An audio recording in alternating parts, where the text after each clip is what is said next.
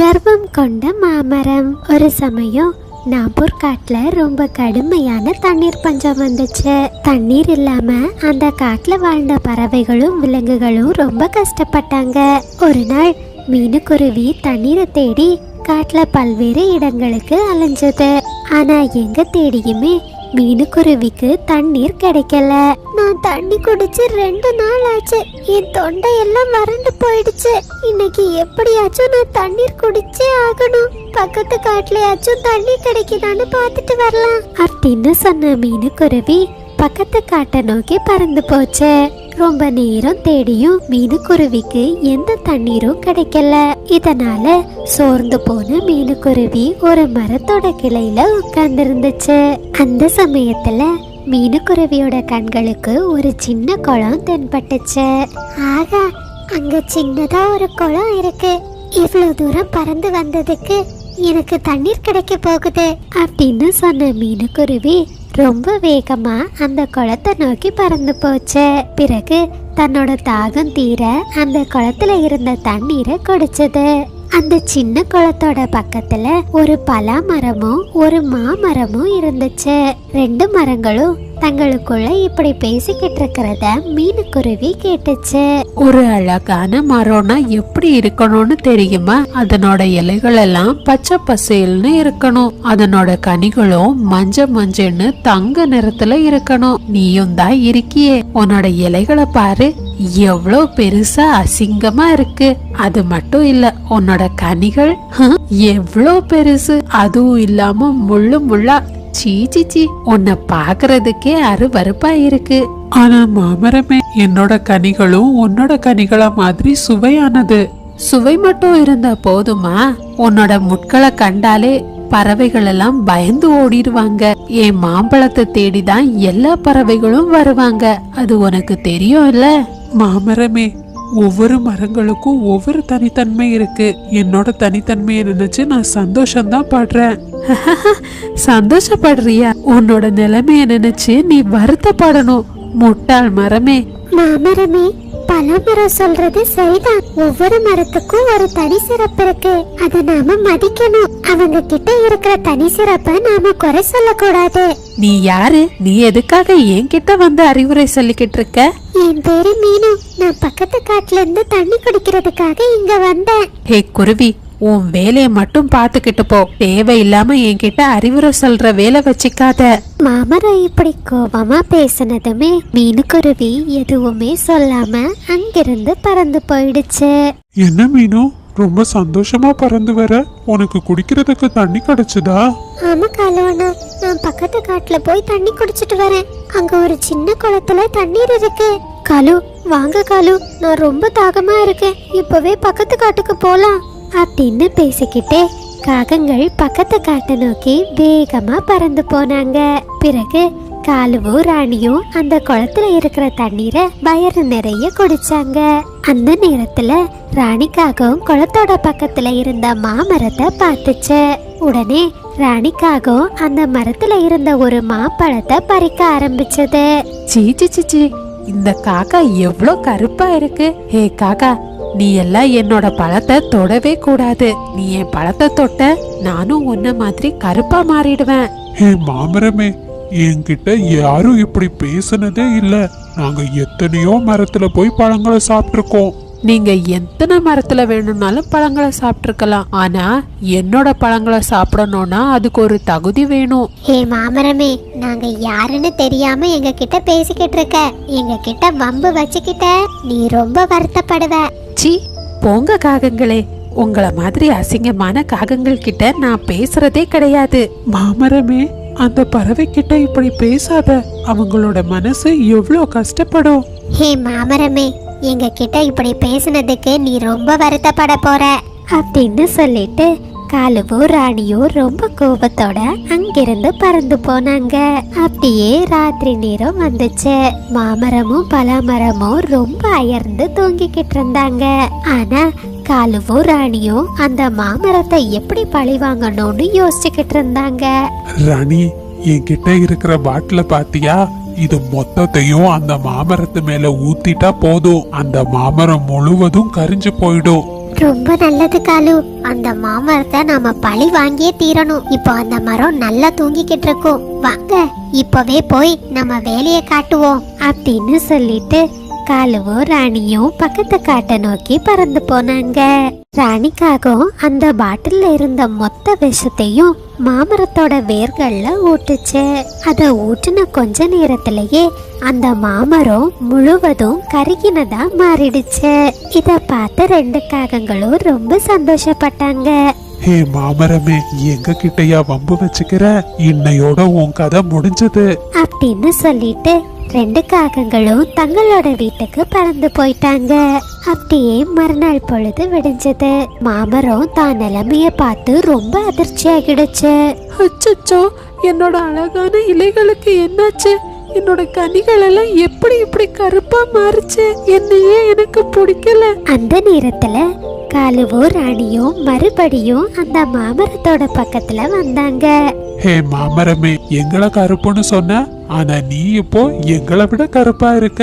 நீ இப்படி இருக்கிறதுக்கு காரணம் நாங்க தான். காகங்களே, தயவு செஞ்சு என்ன மறுபடியும் பழைய நிலைமைக்கு மாத்திடுங்க. உங்களை பத்தி நான் நல்லா புரிஞ்சுக்கிட்டேன்.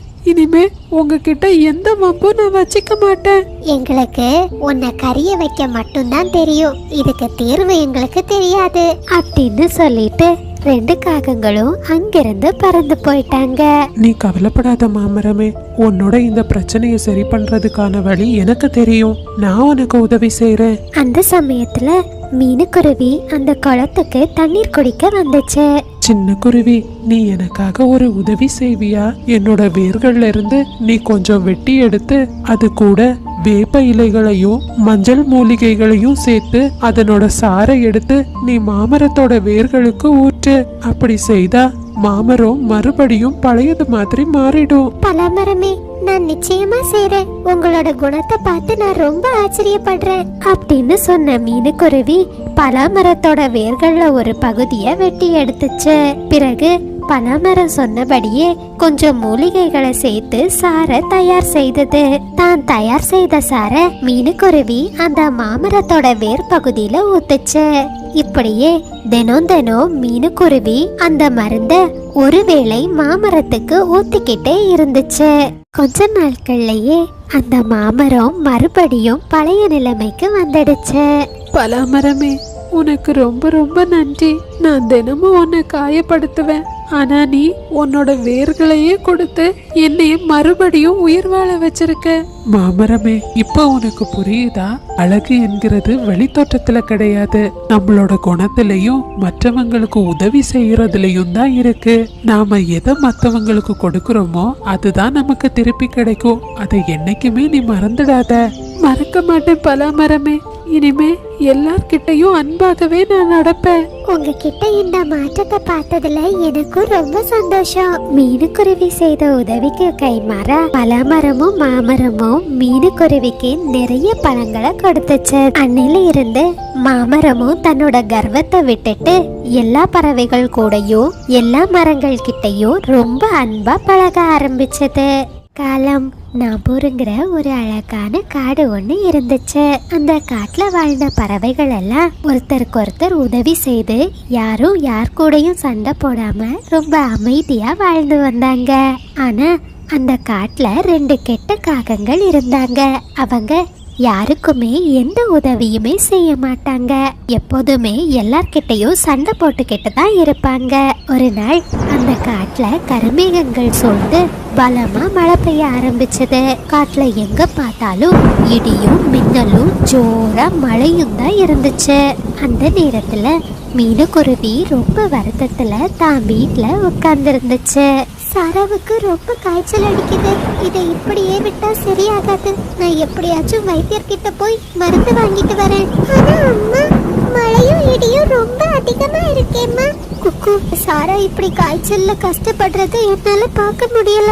வைத்தியரோட வீட்டுக்கு போய் மருந்து வாங்கிட்டு சீக்கிரம் வந்துடுறேன் அப்படின்னு சொல்லிட்டு மீனுக்குருவி வைத்தியரோட வீட்டை நோக்கி பறந்து போச்சு.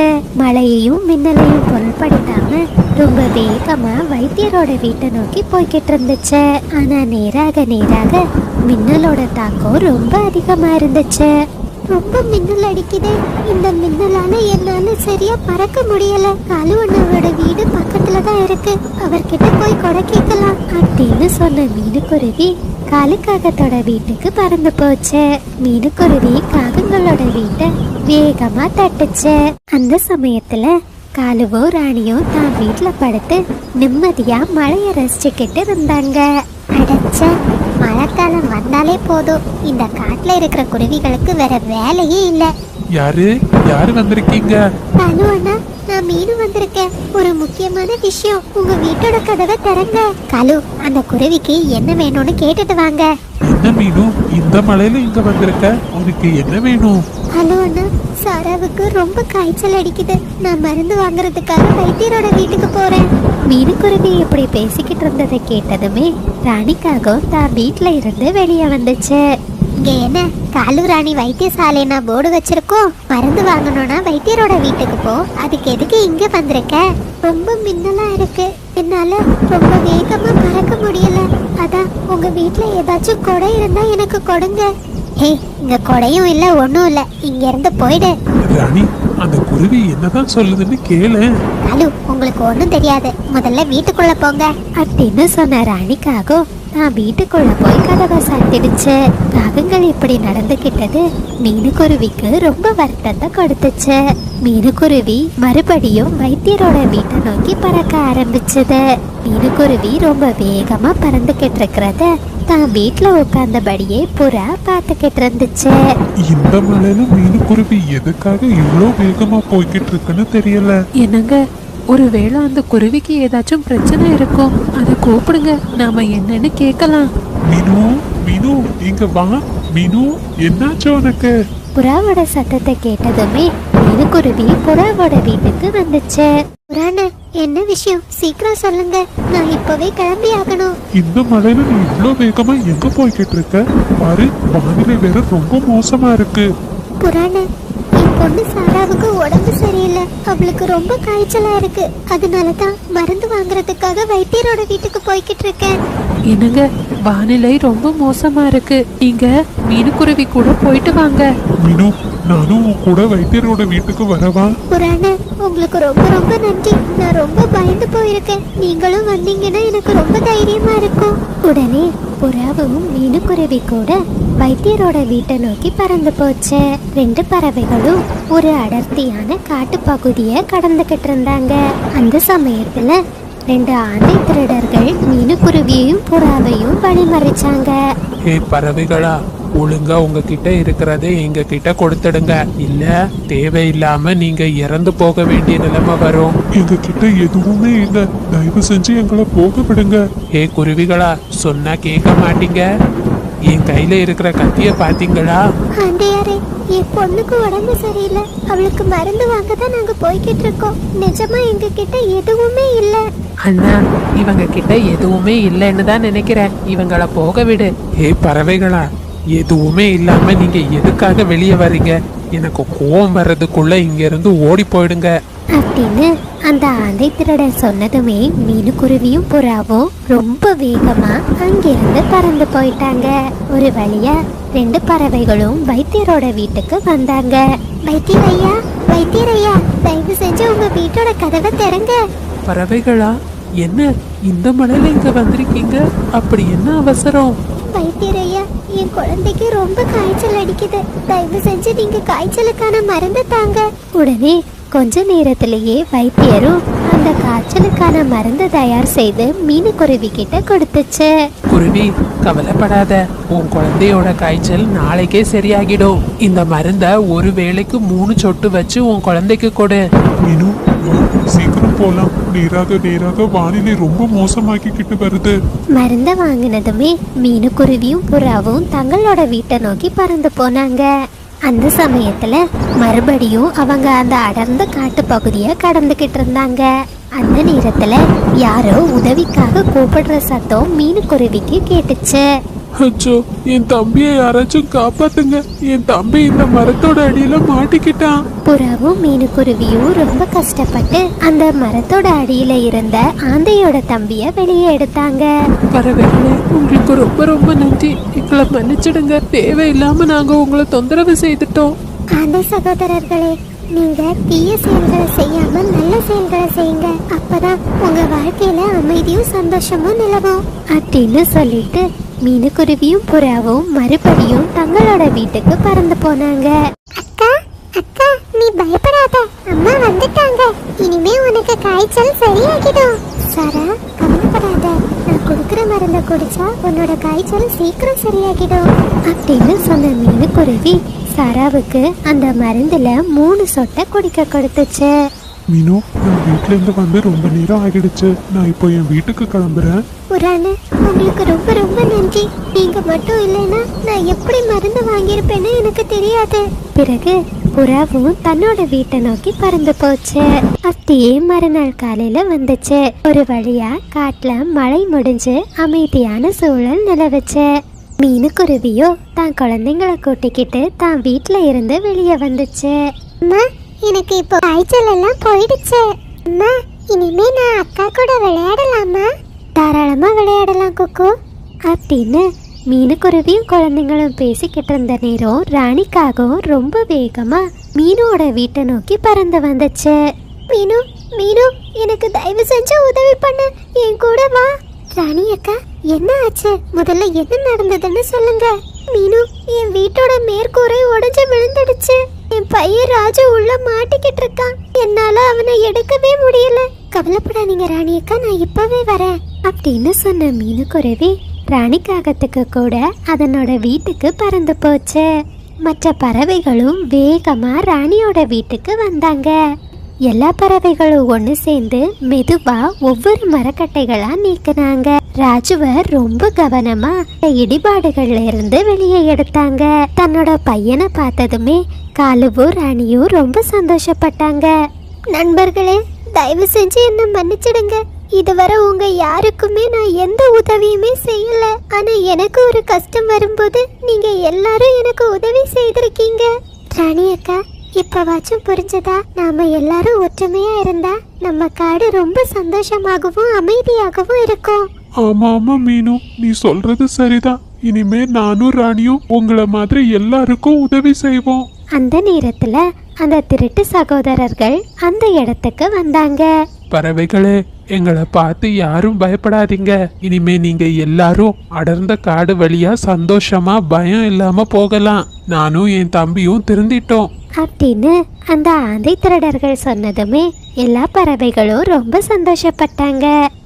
நண்பர்களே, இது சப்ஸ்கிரைபர் விருப்பத்திற்கான நேரம். ஹாய் கல்பனா, ஜெய்சரன், ராம்சரன், நிலா எல்லா குட்டீஸ்க்கும் ஒரு பெரிய ஹாய். சுதந்திரா, வெற்றி வேந்தன், வெங்கடேஷ் பிரசாந்த் எல்லா குட்டீஸ்க்கும் ஒரு பெரிய ஹாய். விக்கி, விசு, ஃபரீன், அசீசா, மும்தாஜ், முதீன் கனி, ஃபசில் எல்லா குட்டீஸ்க்கும் ஒரு பெரிய ஹாய். ஹாய் ஹர்ஷா, ஜெயராம், நிலா, ஜீவா, ரக்ஷித் எல்லா குட்டீஸ்க்கும் ஒரு பெரிய ஹாய். ஹாய் மகிசாலினி, லட்சுமினா, அப்சின் 2 குட்டீஸ்க்கும் ஒரு பெரிய ஹாய். எழிலரசி, முருகவேல், நேத்ரா, தாருண்யா, பவின், மித்ரன், ரோஹித், சுஜி, பரணிகா, பரணிஸ்ரீ, செல்வராணி, விஸ்வநாதன், புனிதா, பாஸ்கர் எல்லா குட்டீஸ்க்கும் ஒரு பெரிய ஹாய். நீங்கள் அனைவரும் அளித்து வரும் அன்புக்கும் ஆதரவுக்கும் மிக்க நன்றி.